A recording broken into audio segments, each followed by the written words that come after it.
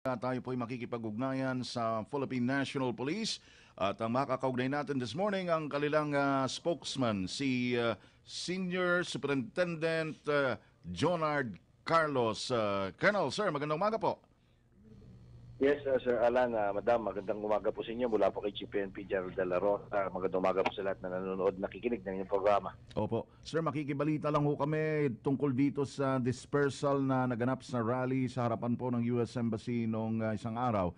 Ang latest po ay yung ilang mga opisyal at tauhan ng PNP na naroon ay nirelieve sa pwesto. Ano pong development tungkol dito, Senior Superintendent Carlos, sir?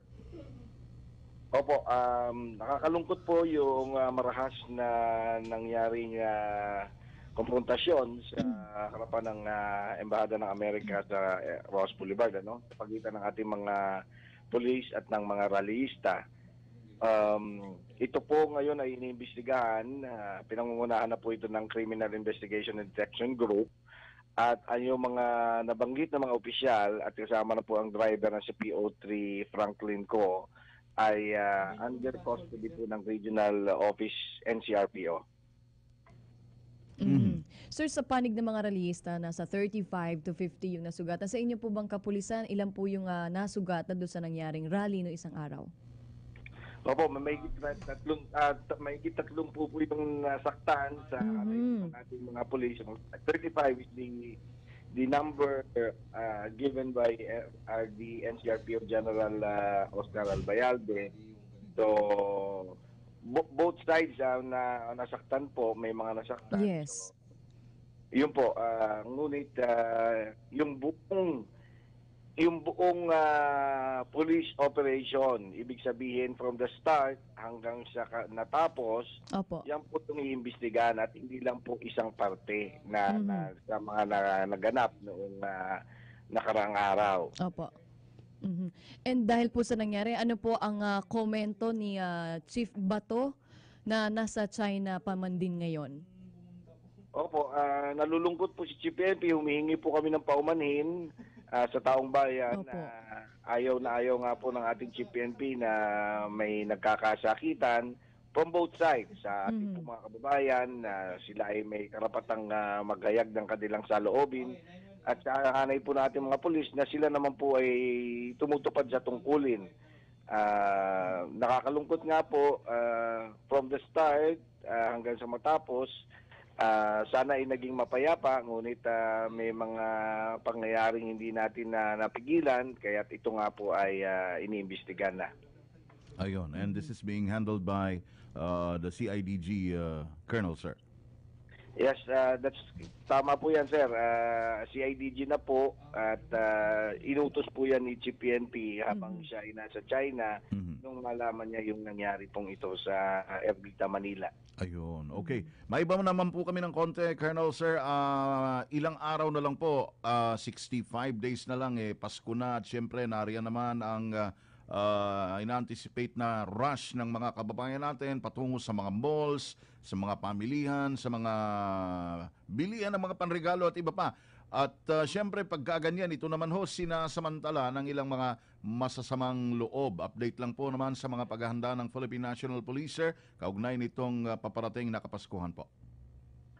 Unang-una, nakikipag-ugnayan ho tayo sa mga mall and other business, yung places of convergence, commercial center, upang masiguro po yung preparation.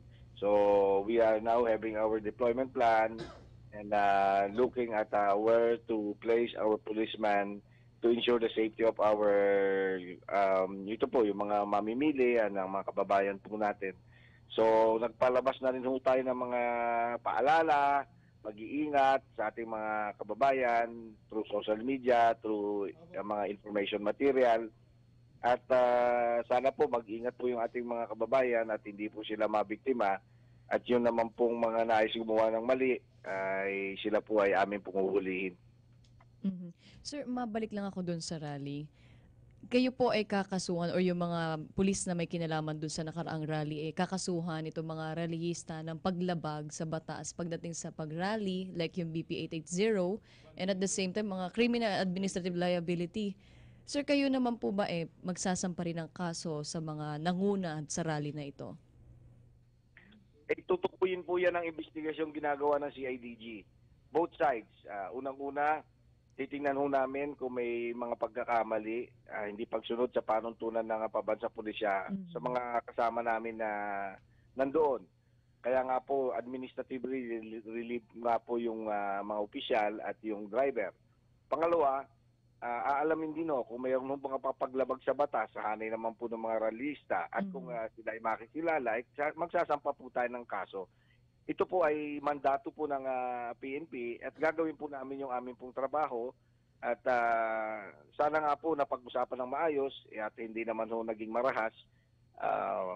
We will look at the entire situation or incident, not just a part of it na siya na yung na-highlight.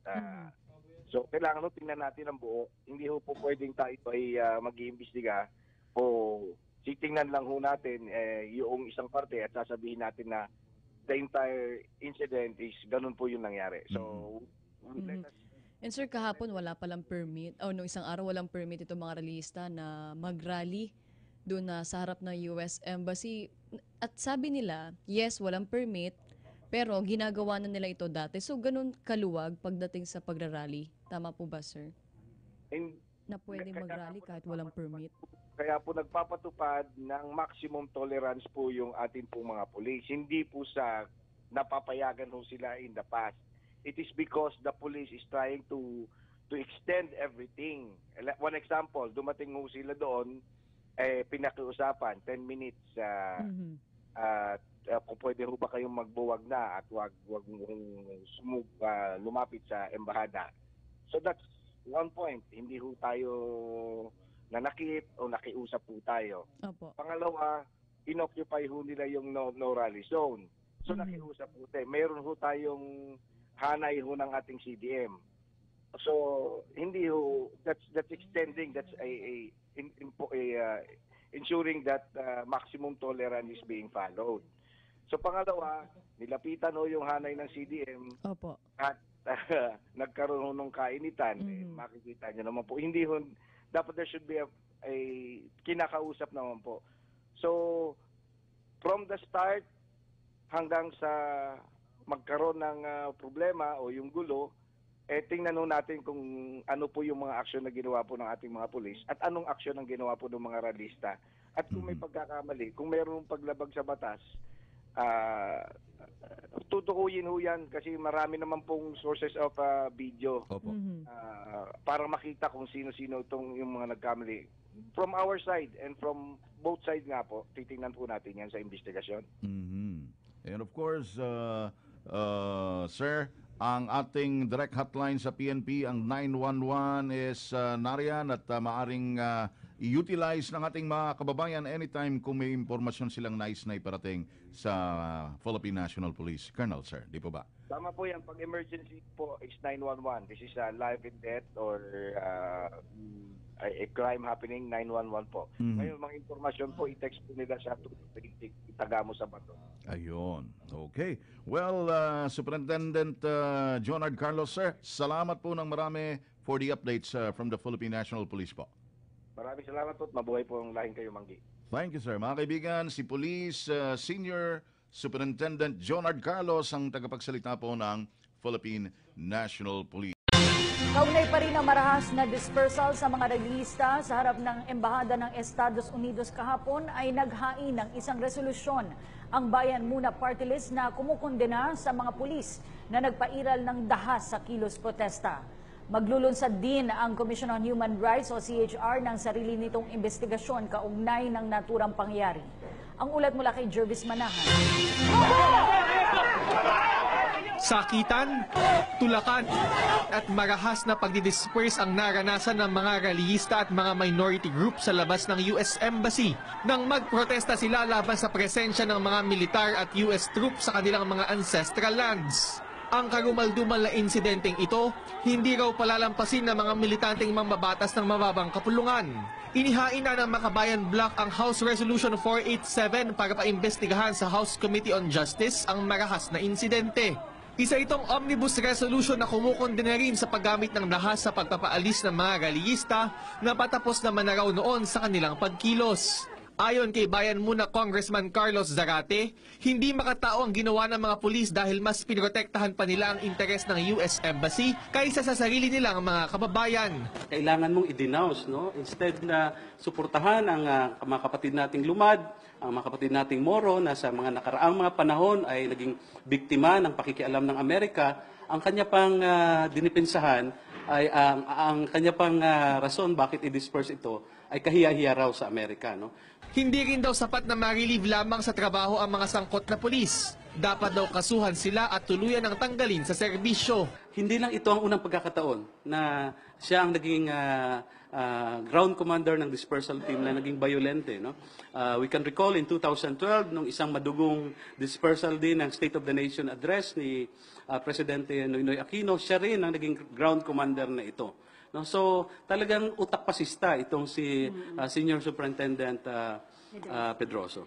Samantala, maglulunsad daw ng sariling investigasyon ng Commission on Human Rights o CHR. Iimbitahan daw nila ang mga pulis at mga rallyista para tumestigo dito. Tiniyak naman nila na magiging impartial, fair at independent ito. Based on our initial assessment, also gathered from different news reports and video footages, there exists reasonable basis based on our evaluation for the conduct of an investigation. The mere fact that rallyists have been injured and brought to the hospital already show that there was use of force. And so through our investigations, we have to determine whether the use of force was necessary and was proportionate. Layon daw nilang alamin kung may hindi kinakailangan o unnecessary na paggamit ng dahas sa dispersal. Ayon sa operational guidelines ng Philippine National Police, mapayapa pa rin dapat ang dispersal ng mga rally kahit na wala itong permit. Pinapayagan naman ang paggamit ng water cannons, riot sticks at tear gas sa mga pinakamalalang sitwasyon. Pero dapat ay last resort na ito. Hindi rin daw ito dapat gamitin sa mga masiselang bahagi ng katawan. Kung masyado raw violente ang mga rallyista, dapat ay 2 beses na mag-issue muna ng warning ang ground commander ng mga pulis bago magsimula ang dispersal. Sa ngayon, wala pa naman daw silang itinuturong may sala dahil hindi pa nila nakikita ang kabuuan ng mga pangyayari. Pero umaasa sila na makakapagrekomenda ng mga kaukulang kaso para mapanagot ang mga tunay na dahilan ng gulo. The CHR remains optimistic that human rights shall be upheld by this government and by all government institutions. Para sa PTV News, Jervis Manahan.